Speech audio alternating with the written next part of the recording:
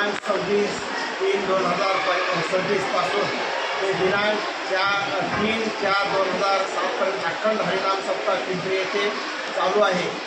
सकाळी 3 वाजता काकडा आरती, 5 वाजता ज्ञानेश्वरी पारायण, 11 वाजता गाथा भजन, 4 वाजता भागवत कथा, 6 वाजता हरिपाठ आणि संध्याकाळी 9 ते 11 रोज कीर्तन चालू आहे। आज हा कीर्तन अखंड सप्त्यातील 8वा दिवस आहे। आज जे आहे ते पिंपरी गाव ग्रामस्थाच्या वतीने गावभर हनुमान जयंतीनिमित्त सकाळी 7 वाजता शक्तीचा कार्यक्रम झाला, 5 वाजता आरती झाली, 5 पासून आता महाप्रसादाचा कार्यक्रम चालू आहे।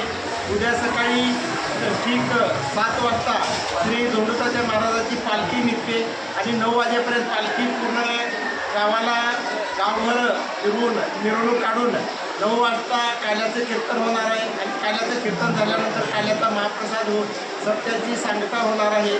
अशा प्रकारे पिंपरीमध्ये दिनांक 26/3/2026 ते 3 एप्रिल 2026 पर्यंत अखंड हरिनाम सप्ताह चालू आहे।